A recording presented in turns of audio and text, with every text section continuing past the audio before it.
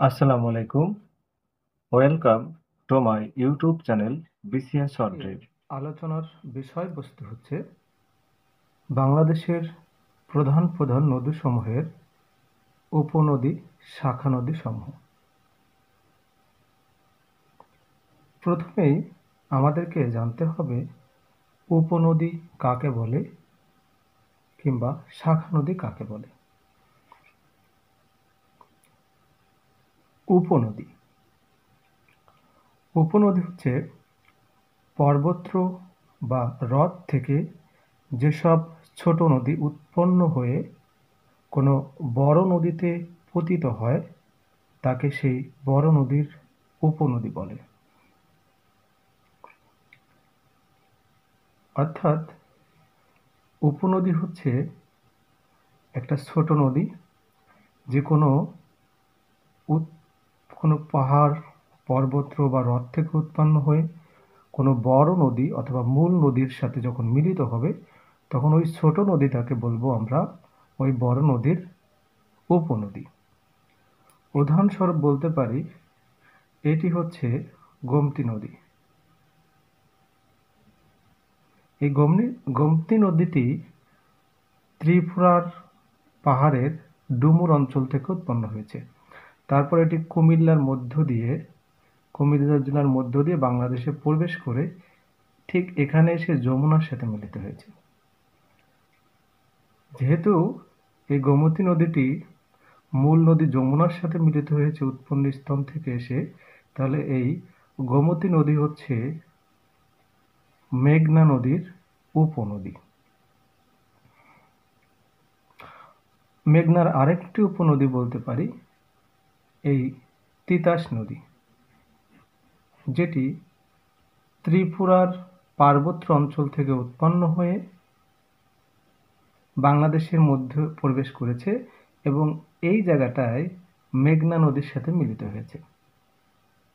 যেহেতু এই নদীটি উৎপন্ন স্থান থেকে উৎপত্তি হয়ে লাভ করে মূল নদী মেঘনার সাথে মিলিত হয়েছে, তাই এই তিতাস নদীকে বলা হয় মেঘনা নদীর উপনদী।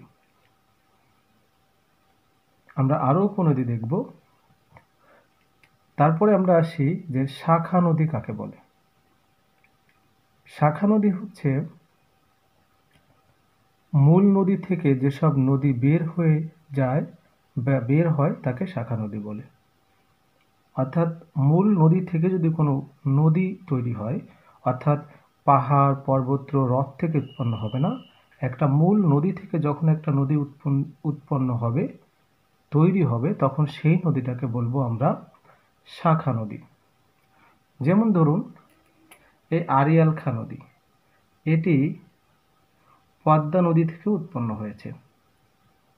তাহলে এই আড়িয়াল খাঁ হচ্ছে পদ্মা নদীর শাখা নদী। আবার ধরুন গড়াই নদী পদ্মা নদী থেকে উৎপন্ন হয়ে এর নিচের দিকে প্রবাহিত হয়েছে। তাহলে এই গড়াই হচ্ছে পদ্মা নদীর শাখা নদী।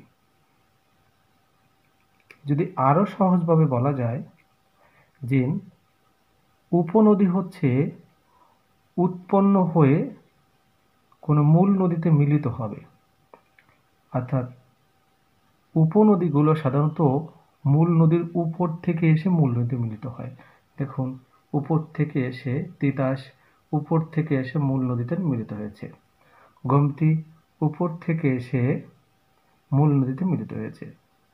আর শাখা নদীগুলো সাধারণত নিচের দিকে প্রবাহিত হয়, অর্থাৎ মূল নদীর থেকে নিচের দিকে প্রবাহিত হয়। যেমন গড়াই পদ্মা থেকে উৎপন্ন হয়ে নিচের দিকে প্রবাহিত হয়েছে, আড়িয়াল খাঁ পদ্মা থেকে উৎপন্ন হয়ে নিচের দিকে প্রবাহিত হয়েছে। এটা হচ্ছে মূল নদী এবং শাখা নদীর বেসিক কনসেপ্ট।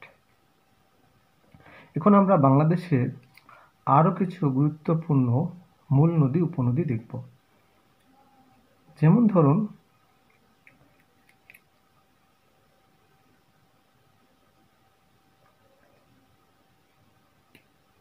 এইটা হচ্ছে মহানন্দা।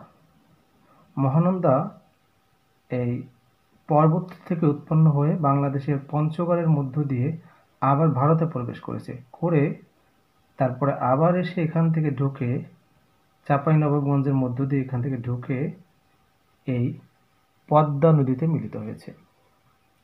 যেহেতু উৎপন্ন স্থান থেকে অর্থাৎ উৎপত্তি লাভ করে এটা একটা মূল নদী পদ্মা নদীর সাথে মিলিত হয়েছে, তাই এখানে মহানন্দা হচ্ছে পদ্মা নদীর উপনদী এবং এই মহানন্দা হচ্ছে পদ্মার প্রধান উপনদী। পদ্মার আরেকটি উপনদী আছে, সেটির নাম হচ্ছে পুনর্ভা। আমি লিখে দিই।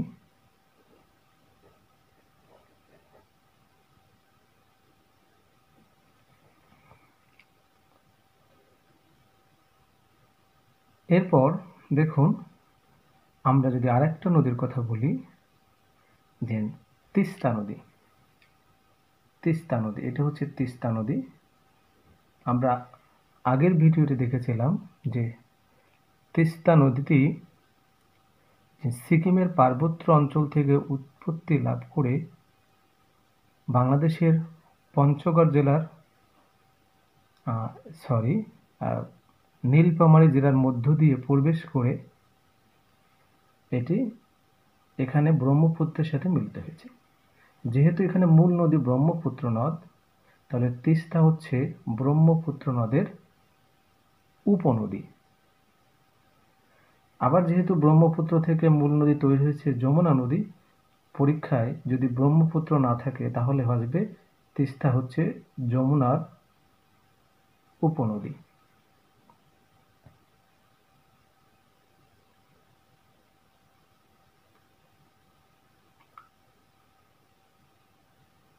আরো কিছু উপনদী আমরা দেখি, যেমন দেখো করতোয়া।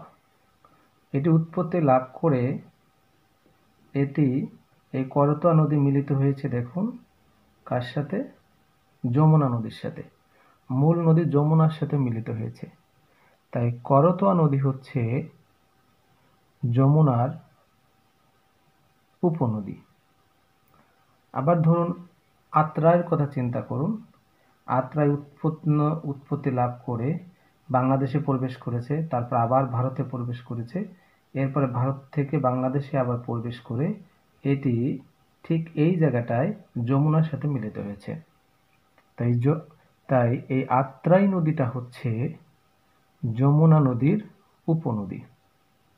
আত্রাই সম্পর্কে আরেকটা বলা যায়, দেখুন আত্রাই নদী ভারত থেকে বাংলাদেশে প্রবেশ করে আবার ভারতে প্রবেশ করেছে, করে আবার তারপর যমুনার সাথে মিলিত হয়েছে। যদি প্রশ্ন অনেক সময় থাকে কোন নদীটি বাংলাদেশ থেকে ভারতে গিয়ে আবার বাংলাদেশে প্রবেশ করেছে, সেটি হচ্ছে আত্রাই নদী।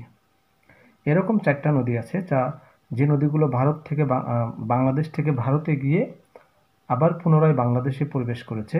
এরকম 4টা নদী হচ্ছে, একটা তো বললাম আত্রাই, আর একটা হচ্ছে মহানন্দা। মহানন্দা তো আগেই বলছিলাম যে এখানে পঞ্চগড়ে প্রবেশ করে তারপর ভারতে গেছে, আবার হচ্ছে বাংলাদেশে প্রবেশ করেছে এটা পদ্মার উপনদী।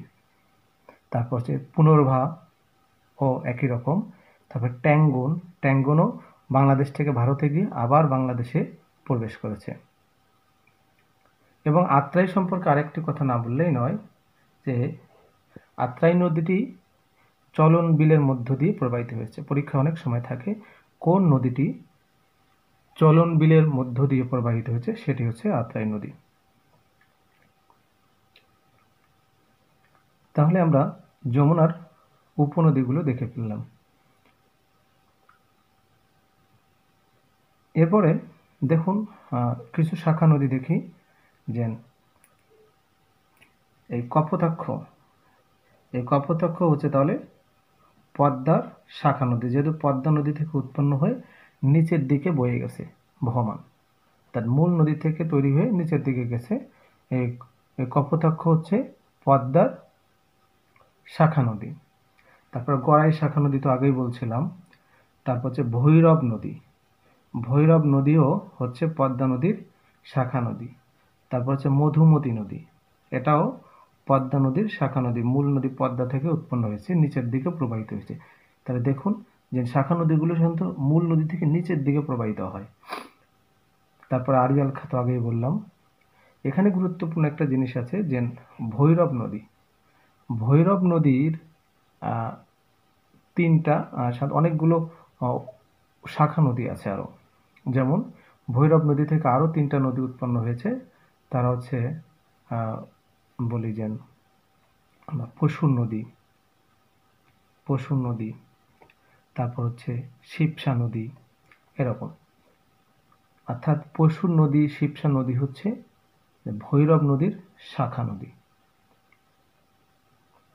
এরপরে যদি আমরা দেখি যে হালদা নদীর কথা চিন্তা করি, হালদা নদী কোথা থেকে উৎপন্ন হয়েছিল আমরা দেখছিলাম যে হালদা নদী হচ্ছে খাগড়াছড়ির বদনাতলী পর্বত থেকে উৎপন্ন হয়েছে। তারপর এটি মূল নদী কর্ণফুলীর সাথে মিলিত হয়েছে। তাই হালদা নদী হচ্ছে কর্ণফুলী নদীর একটি উপনদী, কারণ উৎপন্ন লাভ করে এ মূল নদীর সাথে মিলিত হয়েছে। তারপর এখানে কর্ণফুলীর আরেকটি উপনদী আছে, যেমন ইছামতি নদী, এটিও কর্ণফুলীর সাথে মিলিত হয়েছে। উৎপত্তি হয়ে উৎপন্ন স্থল থেকে উৎপন্ন হয়ে এটা কর্ণফুলী নদীর সাথে মিলিত হয়েছে। তাই এটা হচ্ছে কর্ণফুলী নদীর একটি উপনদী।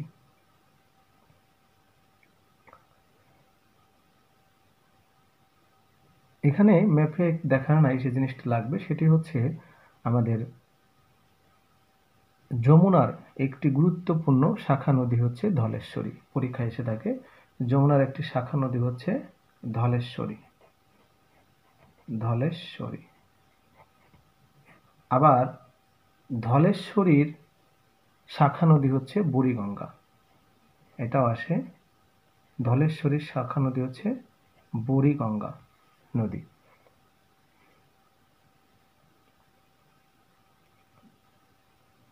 যেহেতু আমরা ম্যাপ দেখলাম, এখানে আরো কিছু দেখি যে বাংলাদেশ এবং মিয়ানমারের সাথে তিনটি আন্তঃসীমান্ত নদী রয়েছে।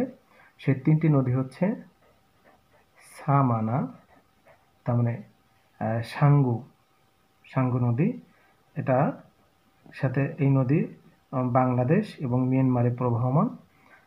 আরেকটা হচ্ছে মাতামুহুরী, এই নদীটিও মিয়ানমার বাংলাদেশে প্রবাহমান। মিয়ানমার এবং বাংলাদেশের মধ্যে আরেকটা নদী হচ্ছে নাপ নদী। এই তিনটি নদী, অর্থাৎ বাংলাদেশের 57টা নদী আছে যেগুলো আন্তঃসীমান্ত নদী, তার মধ্যে 3টি হচ্ছে মিয়ানমারের সাথে আর 54টি নদী হচ্ছে ভারতের সাথে। আরো কিছু গুরুত্বপূর্ণ তথ্য যদি আমরা জানতে পারি, সে জিনিসটা হচ্ছে যে হালদা নদী এবং মাতামুহুরী নদীকে বলা হয় যে বাংলাদেশের জলসীমানায় উৎপন্ন হয়ে বাংলাদেশেই শেষ হয়েছে যে নদী, সেই নদী হচ্ছে হালদা নদী এবং মাতামুহুরী নদী। তারপর গুরুত্বপূর্ণ যে পদ্মা নদীর যদি আমরা বলি যে পূর্ব নাম কি, পদ্মা নদীকে পূর্বে কৃতিনাশা নদী বলতো, আর আরেকটা নাম ছিল নলিনী। যমুনার পূর্ব নাম ছিল জোনাই। ব্রহ্মপুত্র নদের পূর্ব নাম ছিল লৌহিত্র এবং বুড়িগঙ্গার একটা পূর্ব নাম, এটা প্রায় আসে, যে বুড়িগঙ্গার পূর্ব নাম হচ্ছে দুলাই বা দুলাই খাল বলা হয়।